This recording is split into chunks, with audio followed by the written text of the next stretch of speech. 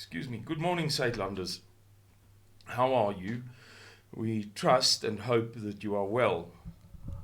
I posted another one of K.W. Miller's videos on my WhatsApp groups yesterday, and one or two people pointed out to me that he said something negative, let's say, about the Saitlanders, as if perhaps I hadn't picked it up, which is fair enough. But I posted that video regardless of his disparaging remark, because what he said was in fact a compliment. Now, it's important to reiterate one thing about K.W. Miller, something I've explained before. Some people have endeavored to draw my attention to his suspect nature. And I've pointed out that as somebody who was raised a Roman Catholic, you don't have to convince me, because I'm probably the only person who noticed that he very ostentatiously wore a crucifix in a few of his videos. So the implications of that are tremendous. It's highly unlikely that he was doing it for no reason. That's not how Roman Catholics, except some perhaps very old ladies, wear crucifixes. It isn't that way.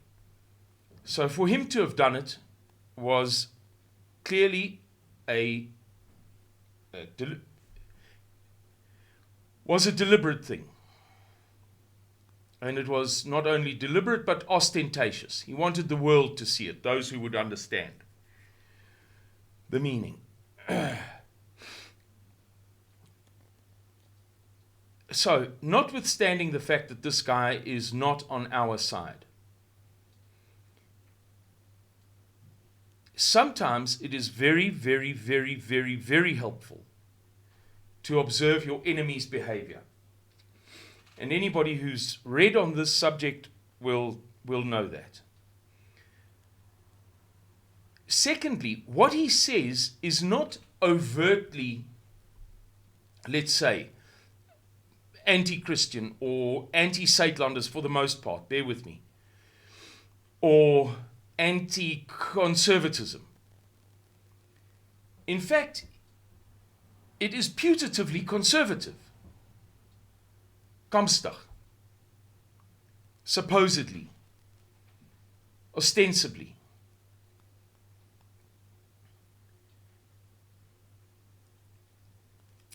And a lot of what he has to say is extremely valuable. It is apparent by now that he has insights or access to insider information that we, for the most part, do not. Therefore, we learn from him every time he makes a video.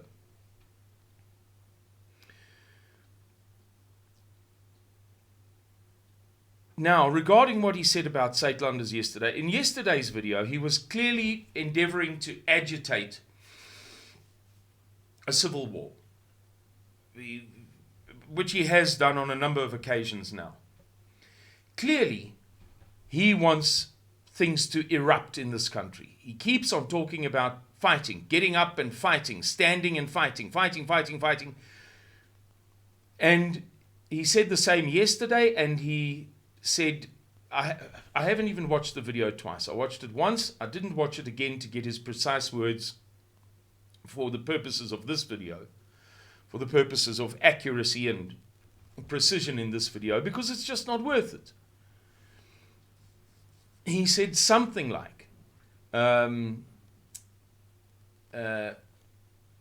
Saitlanders are no good because they just want to run away.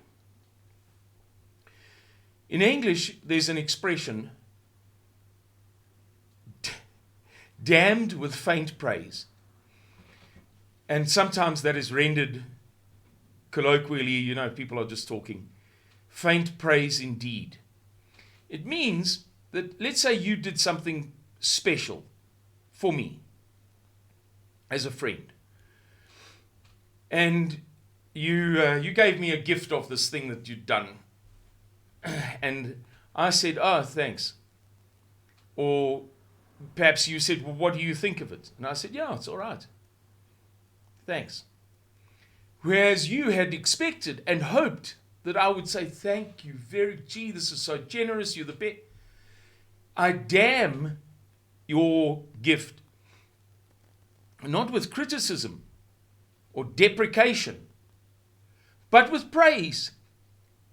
Praise, however, that is so faint that you understand. Okay, so similarly, not the same exactly, but similarly, he praises us with his damning words. Think about what he said. People are worried that he said something nasty about us, therefore we shouldn't be promoting his videos. We're not promoting them. We're sharing them among senior leadership and other very competent, capable people who must become aficionados on this subject, of which we are the captains in this country. We must have an echelon of people near the top of Saatlanders, near and at the top of Saatlanders, that is highly competent in understanding what is going on in the world and what is going on in South Africa. Some years ago, Mr. Miller and I were talking about this sort of thing. And I quoted to him, just in the course of conversation, it wasn't like a formal quote, I just stole a phrase about how the world is no longer ruled by philosophers and people like that, but by gangsters. And he said to me, yes, one of the problems is that the enemy recruits the best and the brightest minds at a young age. Which is very true. And that's not to say that the rest of us that are left behind are mentally retarded, but the point is that we have to endeavor to ensure that we have bright, competent, capable doctors, professors, geniuses, engineers, over and over and over and over again, engineers within us. People who know and understand. And so, we share that video and many other things. And that is one of the reasons why, when I first established the leaders WhatsApp group, I said, please don't share this stuff with your members, because many people simply don't understand. They have no idea of what's going on. And if it could cause a lot of controversy if, for instance, there was a leak that Simon Roche, of course there are going to be leaks. I mean, you can't get 200 people to keep a secret, but within reason.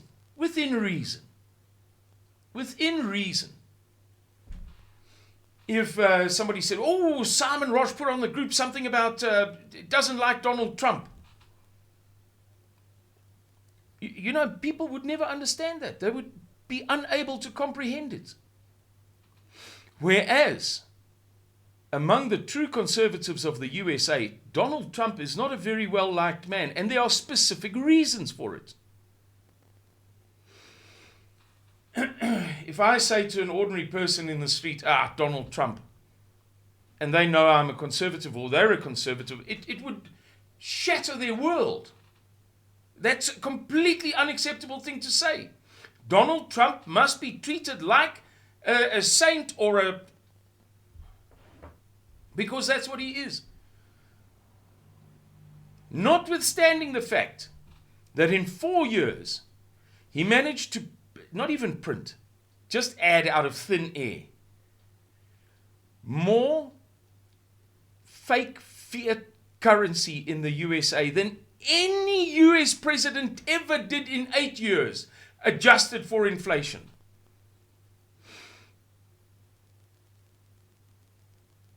That's a for instance.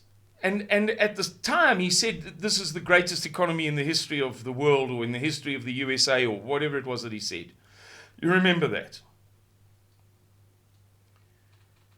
And what he said on the was it the Mount of Olives? Mount of Olives in Jerusalem is, as far as I'm concerned, it's not acceptable. So the point is that we really need to understand what's going on to the best of our ability. And sometimes that includes saying things that other people might be horrified by. It includes sharing K.W. Miller's video. And I put it to you that in fact, what he said was a compliment, notwithstanding.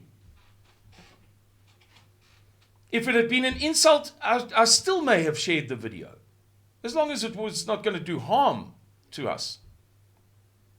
I might have said, just ignore the part where he insults us, or take note of the insult.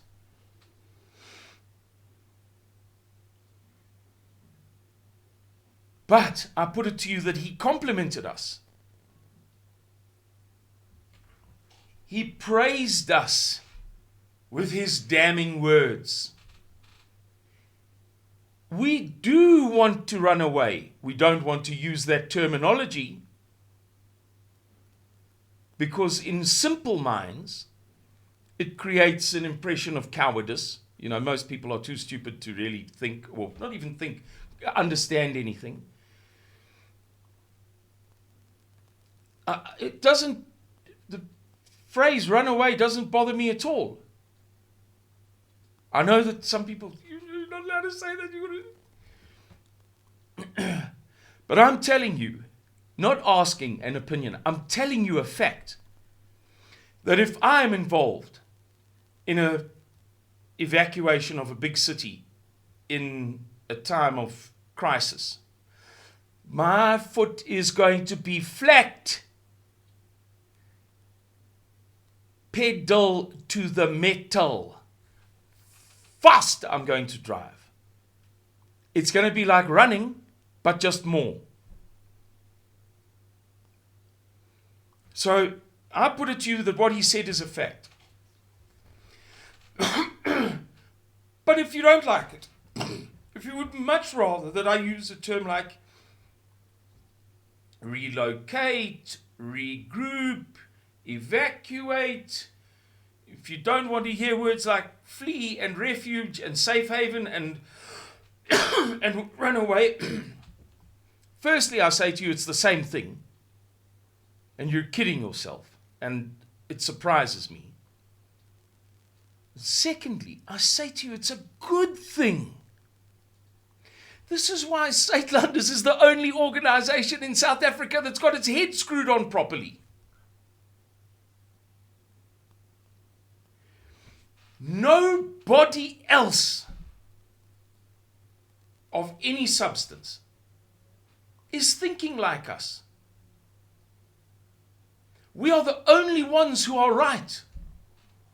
As arrogant and haughty and proud as that may sound, we are the only ones.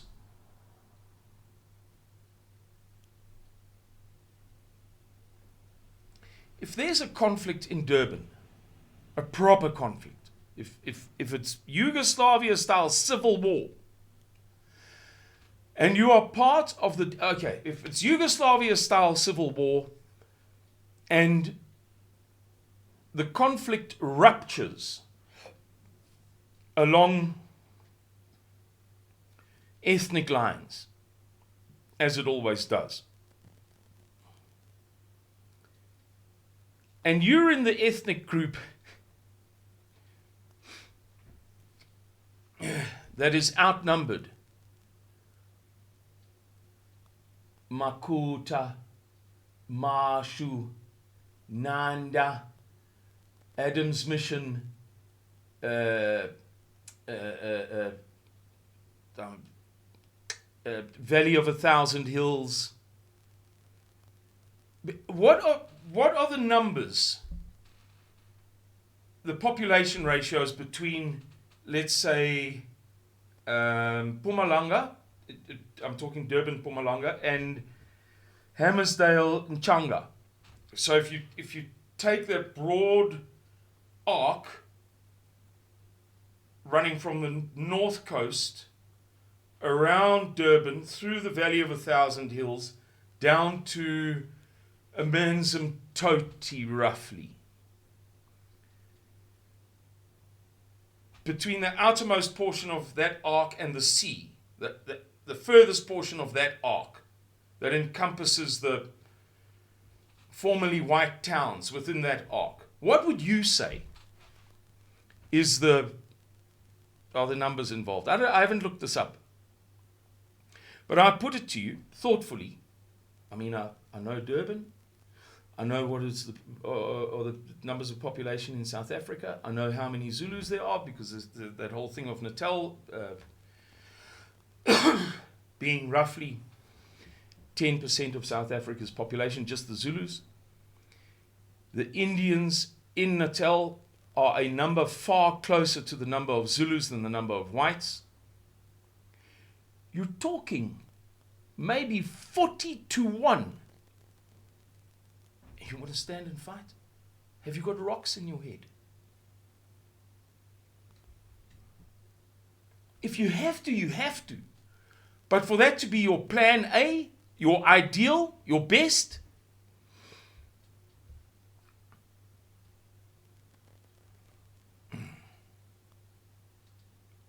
Suidlanders is the only organization in South Africa with its head screwed on properly. And that is epitomized in Suidlanders' policy of endeavoring to evacuate our people from harm and to regroup them in a safe area where hopefully, demographically, there will be sufficient critical mass for them to be both sustainable and defensible. Who cares if he says it? I didn't use flattering words. He said run away instead of whatever your preference is. Who cares?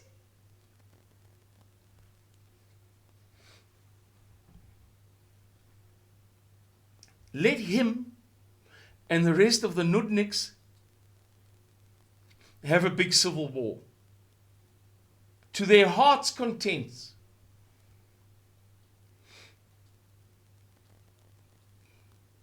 Let us go one side and do the best that we can for one another. Let us feed one another. Let us govern ourselves. Let us provide love and care and attention in a time of distress and anguish and fear and pain.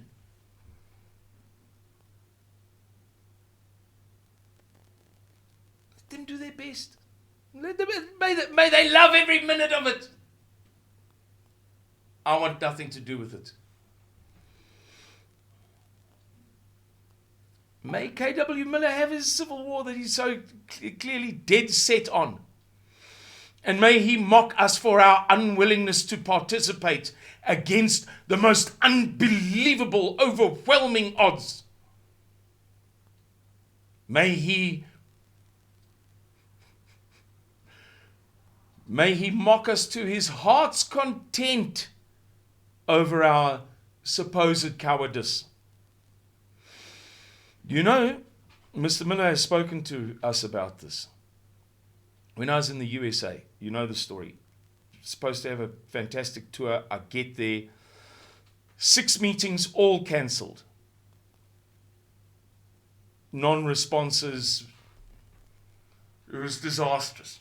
It was catastrophic. So I had to find new meetings, and to cut a long story short, I met, but only over the telephone, with Pastor Roger Teal, the guy who gave those prophecies in Durban 29 years ago, or 28 years ago. And to cut a long story short, he and Mr. Miller then spoke, and he gave a prophecy to Mr. Miller, some of which is still confidential. But I'm going to mention a part that Mr. Miller has spoken about before. Namely, when they come for you, don't try and withstand them. They will be overwhelming. I can't remember the precise words. Guys, we're doing the right thing. Don't worry about it. If other people say what we're doing and what we're going to do, what we're preparing to do, in words that you'd rather not hear, don't worry about it. Okie dokes, everybody. Thank you very much for watching this video. Today is Friday, the 17th of February. A blessed day indeed. My oldest son's birthday. The first grandchild and great-grandchild. I mean, across like all sorts of generations and what have you. He's the first of the first of the first. And he is a wonderful, wonderful son. A true blessing on my head. And a good Christian man. What was my point? I'm going to do a Statelanders Week in Review this afternoon, and hopefully, I don't know if I'll have the time. I've got a day that's a bit too busy for its own good.